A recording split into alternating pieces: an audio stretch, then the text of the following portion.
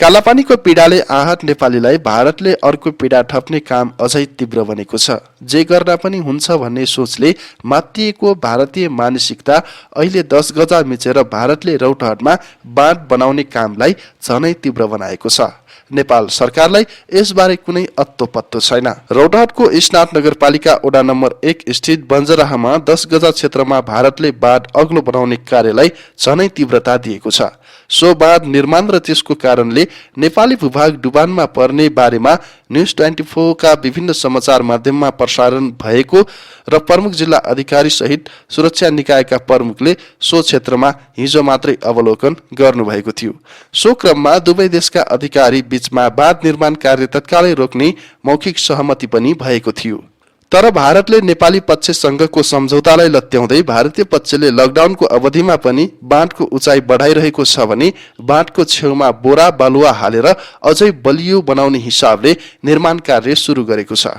हालसम्म सो बाँधमा साबिकको भन्दा 5 फिट बढी अग्लो र वर्षाको पानीले नभत्किने गरी बलियो बनाइरहेको स्थानीयहरू बताउँछन्।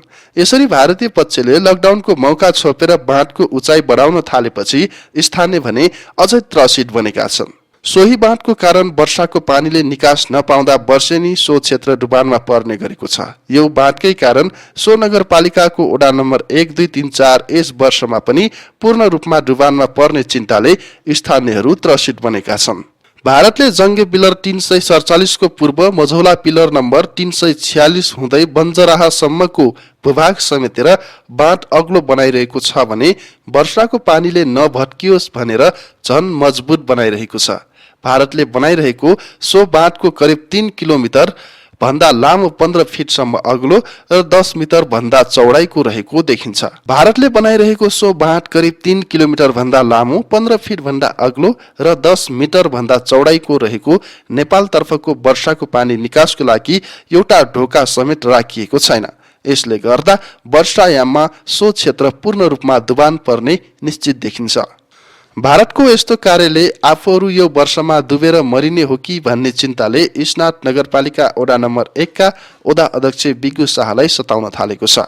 विगतका वर्षहरूमा बाँधकै कारण डुबानमा पर्ने गरेको यो वर्ष भारतले बाँधको उचाइ बढाएको र झन मजबुत बनाएकोले यसपालिको वर्षा कसरी कटाउने हो भनेर उनलाई चिन्ता बढेको छ। भारतले आफ्नो जमिन बाँध बनाइरहेको दावी गरे पनि सो बाँध निर्माण गर्दा नेपाली 10 गजा क्षेत्र पनि मिचेको वडा अध्यक्ष शाह बताउनुहुन्छ। अन्तर्राष्ट्रिय मूल्य मान्यता विपरीत 10 गजा क्षेत्रमा यस्तो संरचना बनिरहँदा पनि सरकारवाला निकायले खासै चासो नदिएको उहाँको गुनासो छ। उहाँले आफूहरूले यस बारेमा विभिन्न सरकारवालासँग जानकारी दिँदा पनि कसैले बाँध निर्माण कार्य रोक्न नसकेको भन्दै भारत उल्टै दिन रात गरेर काम अगाडि बढाइरहेको छ। हामीले भन्नुपर्ने हेरेर सरकारी निकायलाई भनिसक्यौं तर पनि काम रोकिएको छैन उहाँले भन्नुभयो। सायद छिमेकीकै कारणले हामी डुबेर मर्नु हाम्रो नियतमै रहेछ। उहाँले यो भारतलाई सो कार्य रोक्न लगाई पानीको निकास नखोले वर्षायाममा ज्यान जोगाउन नसकिने बताउँदै केन्द्रीय स्तरमै यसको पहल हुनुपर्नेमा जोड दिनुभएको छ। हरेक वर्ष सहमति तोडेर हेपाहा प्रवृत्ति देखाउने उनीहरूको बानी परिसकेको छ। उहाँले भारतीय पक्षसँग कुरा गर्दा पनि हामी काम रोक्छौं भन्ने तर काम भने निरन्तर जारी राखेर नेपाली पक्षलाई हेपेको बताउँदै आफूले यस बारेमा केन्द्रीय स्तरमा पनि जानकारी दिइसकेको र चाँडै समाधान निस्कने उनको विश्वास रहेको छ। उहाँले सरसर्ती हेर्दा यो बाँध निर्माणको क्रममा भारतले 10 गजा क्षेत्रमा पनि मिचेको पाइएकोले यसको नाप जाँच गरेर यदि 10 गजा क्षेत्र मिचेको पाइएमा तुरुन्त भत्काइने प्रतिबद्धता पनि व्यक्त गर्नुभएको छ। भारतीय पक्षले हामीलाई पटक पटक धोका दिएको छ। उहाँले भन्नुभयो हामी यो विषयमा निकै गम्भीर छौं, चाँडै नै यसको समाधान हुन्छ। स्थानीयका अनुसार धेरै पहिला खेतको आली मात्र रहेको सो स्थानमा भारतले करिब 10 वर्ष अगाडिदेखि बाँध बनाउन सुरु गरेको छ। सुरुवातमा सो बाँध होचो भए पनि भारतले वर्षेनी बढाउँदै लगिरहेको छ। स्थानीयहरू नेपाल सरकारले भारत सरकारसँग कुरा गरेर तुरुन्त बाँध भत्काउन वा सो सम्भव नभए बाँधको विभिन्न स्थानमा पानीको निकास बनाउन लगाउनु पर्ने उनीहरूको माग रहँदै आएको छ। कालापानीको पीडाले आहत नेपालीलाई भारतले अर्को पीडा थप्ने काम अझै तीव्र बनेको छ। जे गर्दा पनि हुन्छ भन्ने सोचले मात्तिएको भारतीय मानसिकता अहिले 10 गजा मिचेर भारतले रौतहटमा बाँध बनाउने कामलाई झनै तीव्र बनाएको छ।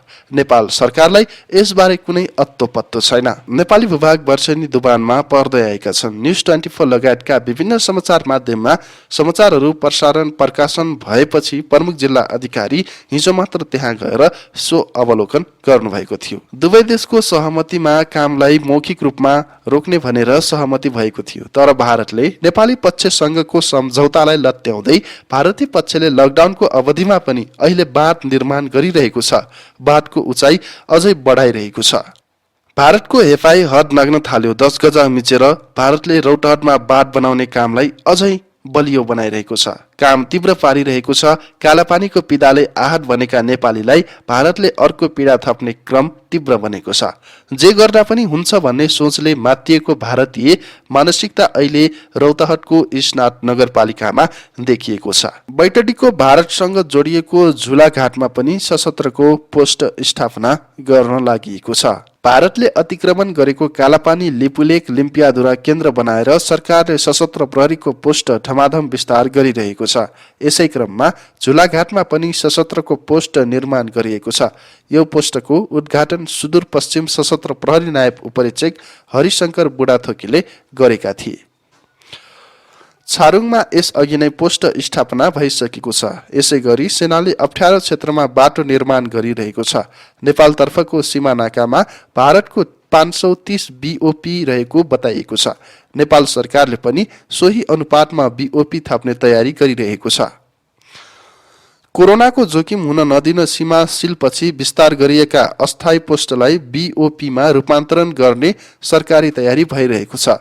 भारतले अतिक्रमण गरेर नेपाली भूमि लिपुलेक हुँदै मानसरोवर जोड्ने माटो निर्माण गरेपछि नेपालले पनि सीमामा सशस्त्रलाई खटाउन सुरु गरेको हो भने अतिक्रमण भूमि समेटेर नक्सा सार्वजनिक गरेको छ। अब भूमि फिर्ता गर्न भारतमाथि चौतर्फी दबाव पर्दै आएको छ। नायब महानिरीक्षक हरिशंकर बुढाथोकीले BOP आज उद्घाटन गर्दै यसबाट सीमा निगरानी हुने बताउनु भएको छ। हाललाई भाडाको घरमा बस्ने भए पनि जग्गा प्राप्तिको प्रक्रियामा रहेकोले निकट भविष्यमै आफ्नो भवनमा बस्ने जनाइएको छ। बैतडीका पञ्चेश्वर नगरपालिकाको रोलघाटमा BOP स्थापना हुने भने पनि उक्त क्षेत्रमा हाल पोस्ट खडा गरिएको छ।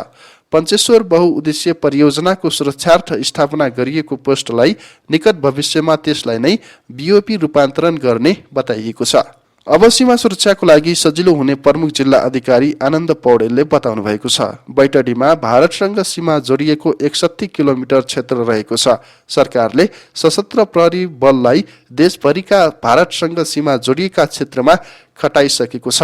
सीमा परिचालन गरिएका सशस्त्र प्रहरीलाई स्थायी रूपमा BOP स्थापना गरी सञ्चालन गर्न लागेको हो। हाल सीमामा देशभरि 121 BOP रहेका छन् भने सरकारले भारतसँग सीमा जोडिएका क्षेत्रमा 500 पुर्याउने तयारी लागेको जनाइएको छ। लकडाउनको मौका छोपेर अवैध रूपमा कमला नदीको दोहन तीव्र पारिएको छ। लकडाउनको मौका छोपेर उदयपुर र सिन्धुलीको सिमानामा अवैध रूपमा कमला नदीको दोहन बढेको छ। उदयपुरको कटारी नगरपालिका वडा नम्बर 2 र सिन्धुलीको दुधौली नगरपालिका वडा नम्बर 11 को सीमास्थलमा पर्ने कमला नदीमा अवैध रूपमा नदीको दोहन बढिरहेको छ। सिन्धुली तर्फको एक क्रसर र उदय तर्फको बालुवा प्रशोधन वासिङ मेसिनले नदीमा अवैध रूपमा गिट्टी बालुवा उत्खनन गरिरहेका छन्। नदीको दोहन हुँदा नदीले खेती योग्य जमिनमा क्षति गर्नुको साथै नजिकका बस्ती समेत जोखिममा परेकोले खोलाबाट ढुङ्गा गिट्टी बालुवा निकाल्न र क्रसर उद्योग समेत बन्द गर्नुपर्ने कटारी 2 का स्थानीय नाति बाबु भट्टराईले जानकारी दिनुभएको छ। वातावरण प्रभाव मूल्याङ्कन आइरहेको अनुसार नदीमा 1 मिटर भन्दा बढी उत्खनन गर्न नपाइने भए पनि सो क्षेत्रमा 5 मिटर भन्दा बढी गहिराईमा नदीको दोहन गरिएको छ। स्थानीयले दुधौली नगरपालिकाले सबै नाकामा लकडाउनको बेला कडाई गरी आउजाउ पनि बन्द गरेको अवस्थामा पनि खुलेआम संयौं ट्रिपरहरू सञ्चालन गरेकोले मिलोमतोमा अवैध उत्खनन भएको हुन सक्ने बताइएको छ। दुधौली नगरपालिकाले नगरको सबै नाकामा सुरक्षाकर्मी तैनात गरेको अथवा अत्यावश्यक बाहेकका सबै आउजाउ ठप्प पारेको समयमा सीमा नाकाबाटै उत्खनन भइरहेको छ। अनुगमनमा पुगेका कटारी नगरपालिकाकी उपमेयर भीमकुमारी राउतले यो प्राकृतिक र नियममाथिको अत्याचार भएकोले तुरुन्त बन्द गर्न निर्देशन दिएको बताउनु भएको छ।